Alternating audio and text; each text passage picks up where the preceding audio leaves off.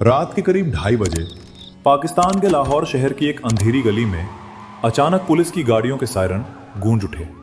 एक साधारण सा घर, बाहर से बिल्कुल आम, लेकिन उस रात वहां कुछ ऐसा होने वाला था जो आने वाले वर्षों तक दो देशों के बीच तनाव का कारण बन जाएगा।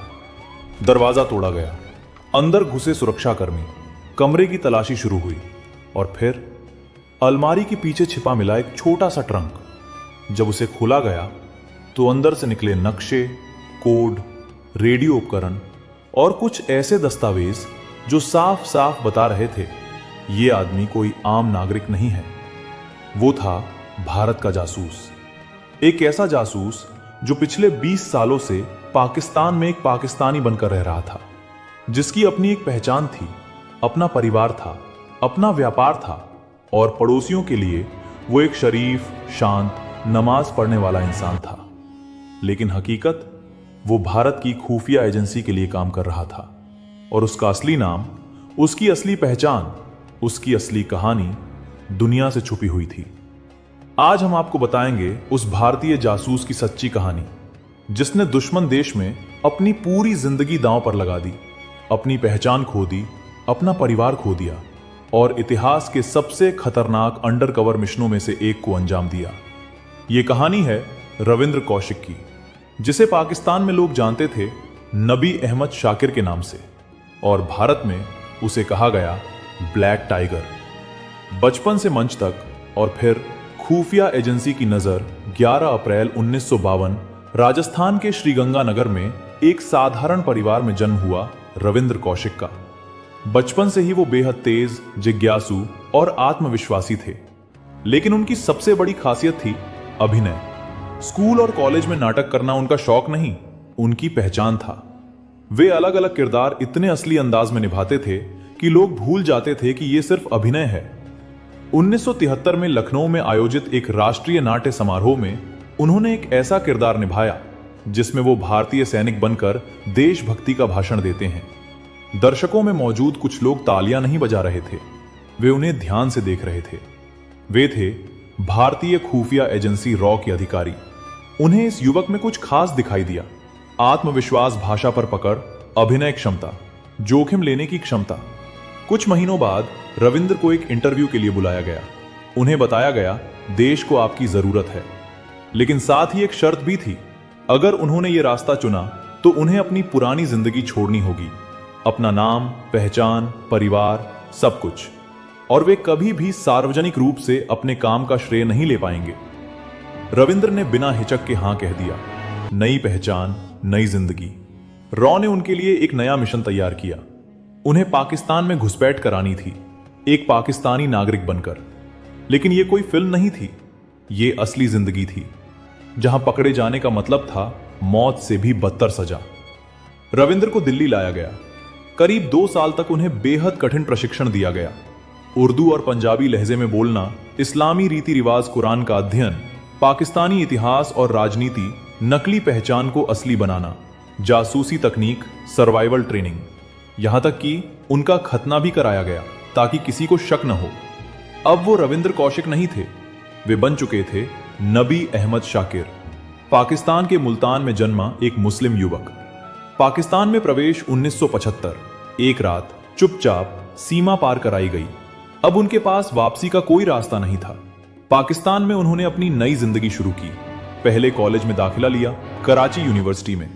उन्होंने कानून की पढ़ाई की और धीरे धीरे पाकिस्तानी समाज में घुलने लगे। दोस्त बने, नेटवर्क बना, विश्वास बना। कुछ वर्षों बाद उन्होंने पाकिस्तानी सेना में आवेदन कर दिया और आश्चर्यजनक रूप से वे चयनित भी हो गए। अब भारत का एक जासूस पाकिस्तान की सेना के भीतर था। सेना के अंदर से जानकारी रविंद्र यानी नबी अहमद शाकिर ने सेना में तेजी से तरक्की की। वे मिलिट्री अकाउंट्स डिपार्टमेंट में पहुंच गए, जहां से सेना की संवेदनशील सूचनाओं तक पहुंच मिलती थी। उन्होंने भारत को कई महत्वपूर्ण जानकारियां भेजी। सैनिक तैनाती, हथियारों की खरीद, युद्ध योजनाएं, सीमा गतिविधियां। कहा जाता है कि उनकी जानकारी ने भारत को कई संभावित खतरों से बचाया। उनकी बहादुरी और सफलता के कारण भारत की प्रधानमंत्री इंदिरा गांधी ने उन्हें गुप्त रूप से ब्लैक टाइगर की उपाधि दी। शादी, परिवार और दोहरी जिंदगी सबसे कठिन हिस्सा अभी बाकी था। उन्हें अपनी पहचान को पूरी तरह पुख्ता करना था। उन्होंने पाकिस्तान की एक स्थानीय लड़की से शादी की, उनका एक बेटा भी हुआ। अब उनके पास सब कुछ था, एक घर, एक परिवार, एक नौकरी, एक सामाजिक पहचान। लेकिन अंदर से वे अकेले थे। न भारत जा सकते थे, न अपने असली परिवार से मिल सकते थे, न अपनी असली पहचान बता सकते थे। हर दिन, हर पल एक झूठ जीना पड़ता था। विश्वासघात जिसने सब खत्म कर दिया। 1983 उनकी जिंदगी का सबसे काला साल। भारत से भेजा गया एक अन्य एजेंट पाकिस्तान में पकड़ा गया। पूछताछ, यातना और अंत में उसने रविंद्र की पहचान उजागर कर दी। एक रात दरवाजे पर दस्तक हुई। इस बार वो कोई पड़ोसी नहीं था, वे थे आईएसआई के अधिकारी। रविंद्र कौशिक गिरफ्तार कर लिए गए। यातना और पूछताछ उन्हें सियालकोट और फिर मियांवाली जेल में रखा गया, जहां उन्हें अमानवीय यातनाएं दी गई। बिजली के झटके, भूखा रखना, मारपीट, मानसिक यातना। लेकिन उन्होंने भारत के खिलाफ कोई जानकारी नहीं दी। 1985 में उन्हें मौत की सजा सुनाई गई, जो बाद में आजीवन कारावास में बदल दी गई। भारत की चुप्पी सबसे दर्दनाक हिस्सा यही था। भारत सरकार ने आधिकारिक रूप से उन्हें अपना एजेंट मानने से इनकार कर दिया। यह खुफिया दुनिया का कड़वा सच है। अगर जासूस पकड़ा जाए तो सरकार उसे पहचानने से इनकार कर देती है। रविंद्र की मां ने कई बार सरकार से मदद मांगी, लेकिन कोई जवाब नहीं मिला। जेल से लिखे पत्र। जेल में रहते हुए उन्होंने अपने परिवार को कई पत्र लिखे। एक पत्र में उन्होंने लिखा, क्या भारत जैसे बड़े देश के लिए कुर्बानी देने वालों को यही मिलता है? उनकी तबीयत लगातार खराब होती गई। टीबी और दिल की बीमारी ने उन्हें कमजोर कर दिया। 21 नवंबर 2001 पाकिस्तान की मियांवाली जेल में उनकी मृत्यु हो गई। न कोई राजकीय सम्मान, न कोई औपचारिक श्रद्धांजलि, न कोई सार्वजनिक पहचान, बस एक अनाम कब्र। लेकिन कहानी यहीं खत्म नहीं होती। भारत में धीरे धीरे उनकी कहानी सामने आने लगी। आज उन्हें भारत के सबसे महान जासूसों में गिना जाता है। एक ऐसा व्यक्ति जिसने देश के लिए अपनी पूरी जिंदगी कुर्बान कर दी, अपनी पहचान खो दी, अपना परिवार खो दिया और अंत में अपना नाम तक इतिहास से मिटा दिया गया। एक सवाल जो आज भी बाकी है, क्या जासूस होना सबसे खतरनाक पेशा है, जहां आप जीत भी जाएं तो भी दुनिया आपको नहीं जानती, और अगर हार जाएं तो आपका देश भी आपको पहचानने से इनकार कर सकता है?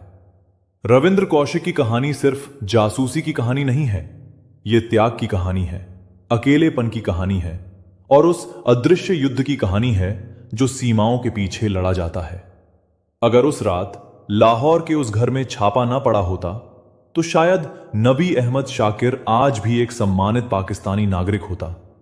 लेकिन सच्चाई यह है, वो कभी नबी नहीं था, वो था भारत का बेटा, भारत का जासूस, भारत का ब्लैक टाइगर और इतिहास के सबसे साहसी अंडरकवर एजेंटों में से एक।